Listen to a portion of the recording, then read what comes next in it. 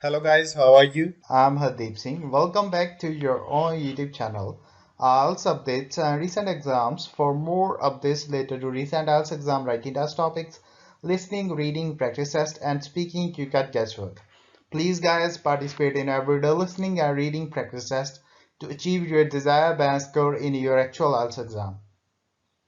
Please hit the like and subscribe button. Press the bell icon for the upcoming notifications. Don't forget like, subscribe and share my YouTube channel and my Facebook page, IELTS updates and recent exams. Part 1.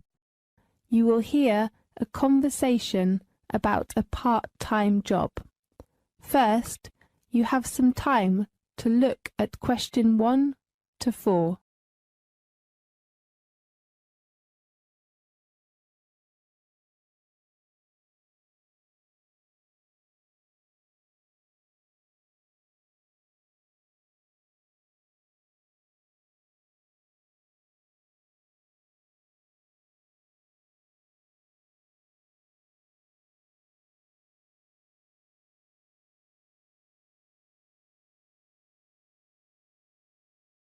Listen carefully and answer questions 1 to 4. Good afternoon. May I come in? Yes, come in, please. Well, is this the job centre for students? Yes, how can I help you? I'm looking for a part-time job in the campus. Do you have anything available at the moment? Yes, of course. Before checking the job position, let's get some personal information from you first, okay? Yes. Well, what's your full name? My full name is Andy Khan. Can you spell your last name? It is K-A-H-N, Khan. Okay, Andy. Are you a registered student in our university? Yes. What's your major and faculty? I'm studying educational studies in the educational faculty. Good choice. Did you bring your student union card or your library card? I have my union card. Do you need it? Yes, I need to copy it now.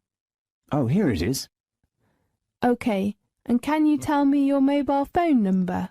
Oh, I just lost my mobile phone yesterday. I'm sorry. May I leave my home phone? Yes, of course. It is 0114-7281. Fine. Let's talk about the pay. What's your requirements for the pay? I think it should be about at least £10 per hour. Okay. I think it is not difficult to look for a position for you. Now look at questions 5 to 10.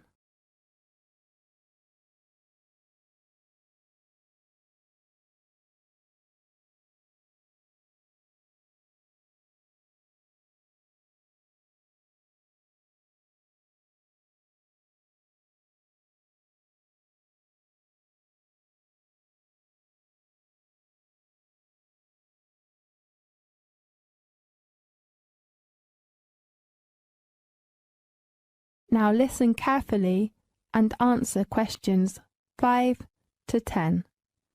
Well, let me check the vacant positions on the list. Here, a position in the computer lab is available now. In the computer lab? Yes, What's the position? a cleaner. And what are the working hours? The computer lab opens at 8 o'clock and it needs to be cleaned before 7 o'clock. So you should be there at 6:30 in the morning. At 6:30 in the morning. I cannot get up so early. Sorry. Okay, let's check the afternoon time.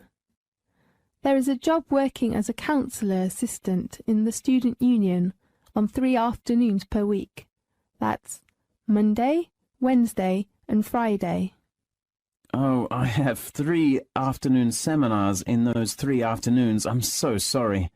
Well, there is a position as a cashier working from 2 o'clock to 5 o'clock on Thursday afternoons. What is the place? In the campus canteen. Is this okay? I'm afraid I have to attend yoga class at that time. Well, and there is a position as a teaching assistant at the International Language Centre. That sounds interesting. My major is education. Well, they need a language teaching assistant to supervise student attendance and send out handouts in 3 evenings a week on Monday, Thursday and Friday. Great. Well, could you arrange an interview for me? How about next Wednesday morning at 10 o'clock? Is that the 7th of May? Right. That's fine. 10 o'clock on the 7th of May. Thank you very much.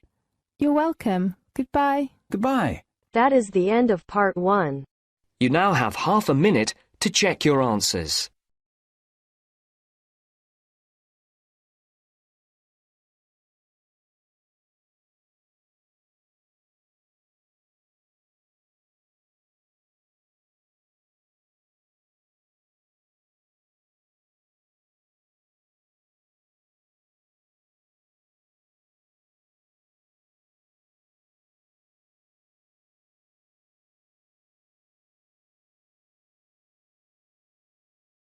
Now turns to part 2.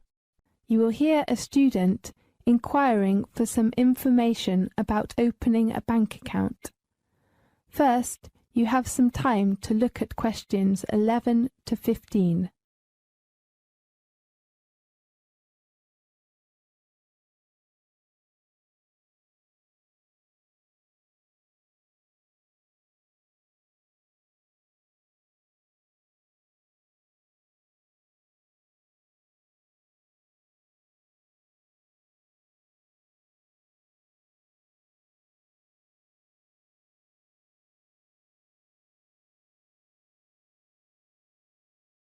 Now listen carefully and answer questions 11 to 15. Good morning. What can I do for you? Good morning. I'd like to open an account. Could you give me some suggestions? Well, let's fill in the application form first. OK. What's your full name? My name is Jenny Chen. Is your last name spelt C-H-E-N? That's right. Fine, Jenny. Are you a student or do you have a job now? I should graduate this year, but I took off last year, so I am still a university student now. Fine. And your birthday? I was born on the 6th of July of 1987. And your current address? I will move into a new house, so... Just tell me your new address. It's on 25 Woodside Avenue. Woodside. One word? Yes. Do you know the postcode? Let me think. It is A83D6. A83. Are you sure it's not A38? Oh yes, it is. A38D6. Right, okay. Do you have a mobile phone? Yes, my number is 090-377-5115. The last one is your email. My email is skylight1987@msn.com. Right. Now look at questions 16 to 20.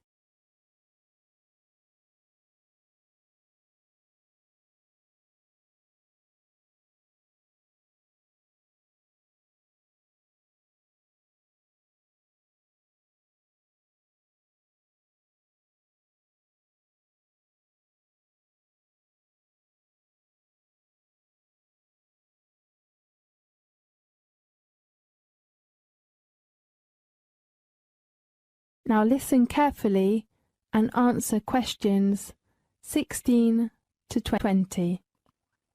Right. Did you bring the documents we need, such as passport or letter from the university? Yes, here they are.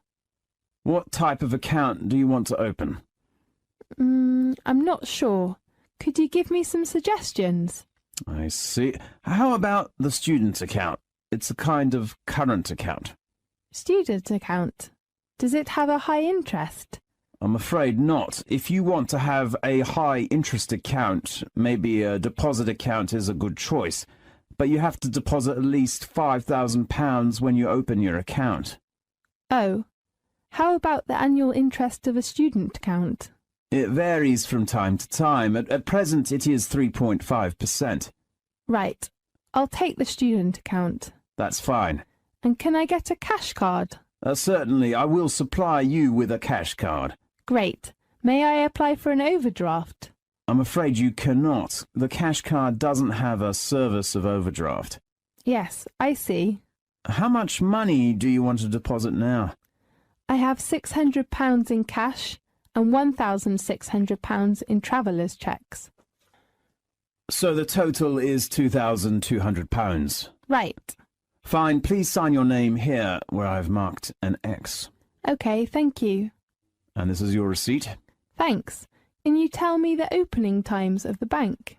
The bank opens from 9 a.m. to 3 p.m. on Monday to Saturday. And it's closed on Sunday? Oh no, on Sunday the bank often closes at 3 p.m. The last thing is the statement. How often do you want to receive your statement? Once a month. Okay, monthly. How about the other things? Anything else you want to know? No, thanks for your help. Goodbye. Bye-bye. That is the end of part 2. You now have half a minute to check your answers.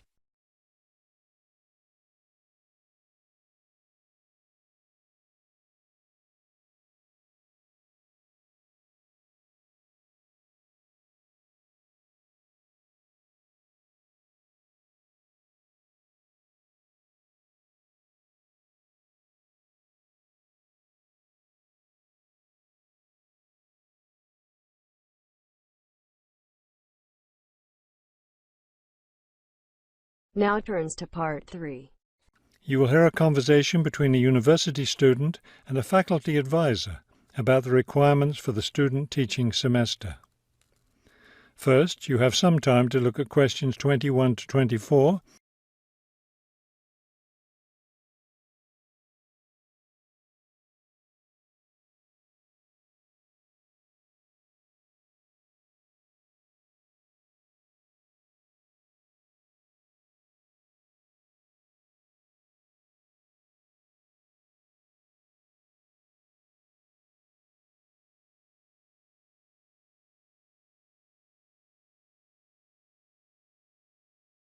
As you listen to the first part of the conversation, answer questions 21 to 24. I'd like to go over with you today some of the requirements for your student teaching, which you'll be undertaking next semester. I'm really looking forward to working in a real classroom and teaching children, but I'm nervous about it too. One of my roles is to provide you with whatever support you may require. One thing that helps me do that is to know what you're doing in the classroom, so I require all my students to keep a journal about their teaching experience. That sounds like a lot of work. Will I have to write in it every day? Yes, if you can. You'll give it to me at the end of each week. Another thing I'll want from you is a few sample lesson plans. I'll let you know ahead of time exactly how I want you to do them. Several of us from the university will be student teaching at the same school. Are we supposed to get together regularly to discuss our work? I'll meet with each student teacher individually, but you aren't required to meet with each other. Of course, you can talk together as much as you want. You will, however, have to observe some of the other teachers in the school, besides the teacher you'll be working with. Then will I get an evaluation from my supervising teacher at the end of the semester? Actually, no. I'll do your evaluation, and I'll base it on several things. One is your required portfolio, which will contain samples of your class activities and your students' work. Another important thing is your term paper. Then there won't be a final exam? No, we don't feel that's necessary for student teaching. Before you hear the rest of the conversation, you have some time to look at questions 25 to 30.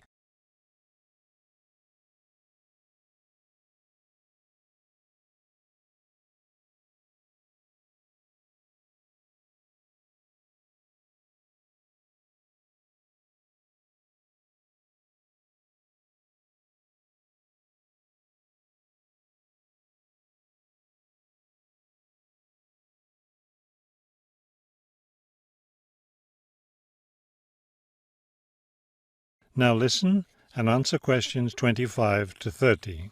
I know I have to get an agreement form signed. Since you're my advisor, are you the one to do that? No, that form is for your supervising teacher to sign, to document that he or she agrees to have you in the classroom as a student teacher. Oh, I see. I'm concerned about the term paper I'll have to do and the evaluation process. I'm not sure I understand what I'm supposed to do. Regarding the term paper, the first thing is to choose a topic. It should be related to your teaching work. You should let me know your term paper topic by the end of the first week of the semester. Will you be observing me regularly in the classroom? Yes, and during the fourth week of the semester, we'll have our first evaluation meeting to discuss my observations. One thing I'm really looking forward to is the student-teacher conference that the university puts on every year. I'm glad you're looking forward to it. Of course, everyone in the program is required to attend. The conference takes place, let me check. Yes, the seventh week of the semester. When will I have to turn in my term paper? The term paper is due by the end of the 14th week of the semester. Then during the 15th and final week, we'll get together one last time for a semester review. Wow, it looks like I have a busy semester ahead of me. That is the end of part 3. You now have half a minute to check your answers.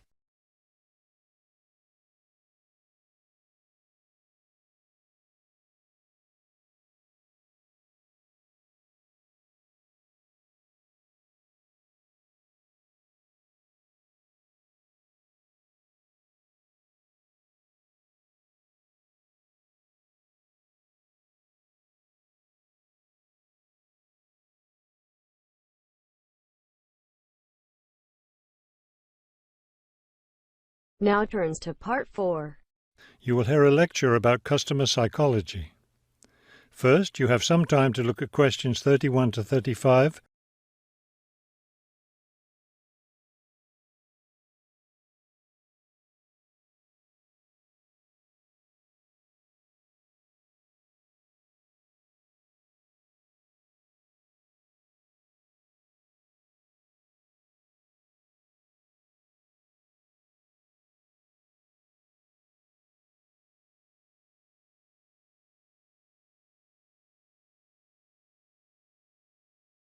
Now listen carefully and answer questions 31 to 35. An understanding of customer psychology is an invaluable aid for retailers looking for ways to increase sales. Much can be done to the store environment to encourage shoppers to linger longer and spend more money. The first aspect to consider is the physical organisation of the store. Placement of merchandise has a great deal of influence on what customers buy. For example, a common practice among retailers is to place the store's best-selling merchandise near the back of the store. In order to get to these popular items from the front entrance, customers have to walk down aisles filled with merchandise that they might not see otherwise. Carpets are also used to direct customers through particular areas of the store. Retailers choose carpets not only for their decorative or comfort value, but also because lines or other types of patterns in the carpets can subtly guide shoppers in certain directions. Besides encouraging shoppers to go to certain areas of the store, retailers also want to keep them in the store longer. One way to do this is to provide comfortable seating throughout the store, but not too close to the doors. This gives customers a chance to rest and then continue shopping. Retailers can do a number of things to create a pleasant atmosphere in the store, thereby encouraging more purchases. Music is commonly used, not as entertainment, but as a calming influence. It can slow the customer's pace through the store, making them spend more time shopping and consequentially making more purchases. Scents are also used in various ways. Everyone has had the experience of being drawn into a bakery by the smell of fresh bread. Experiments have been done with other types of scents as well. For example, the scent of vanilla has been used to increase sales in clothing stores.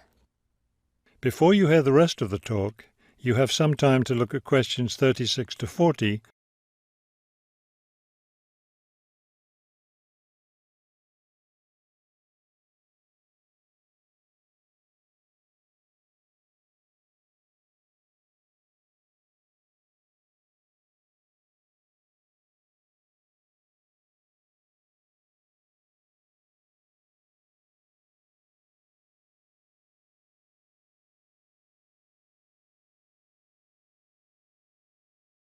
Now listen carefully and answer questions 36 to 40.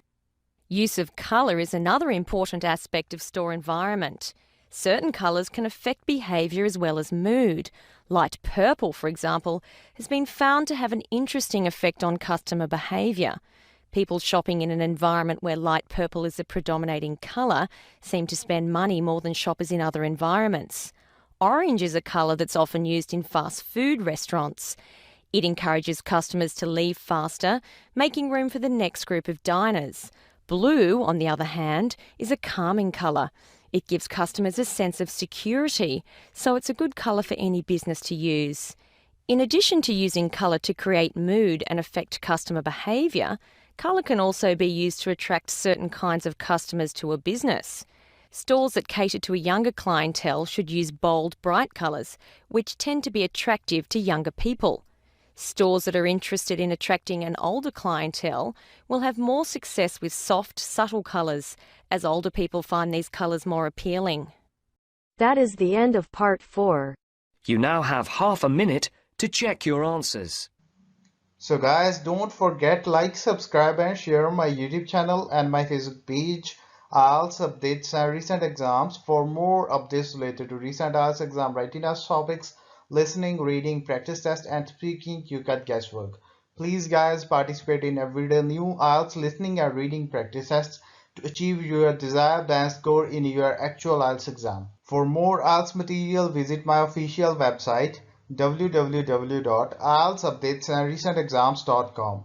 The link is given below in the description. If you need PDF files of latest IELTS material, then please join my Telegram channel. So guys, please write your score below the comment section. Again, thanks for listening. God bless you all guys. Stay tuned, stay safe.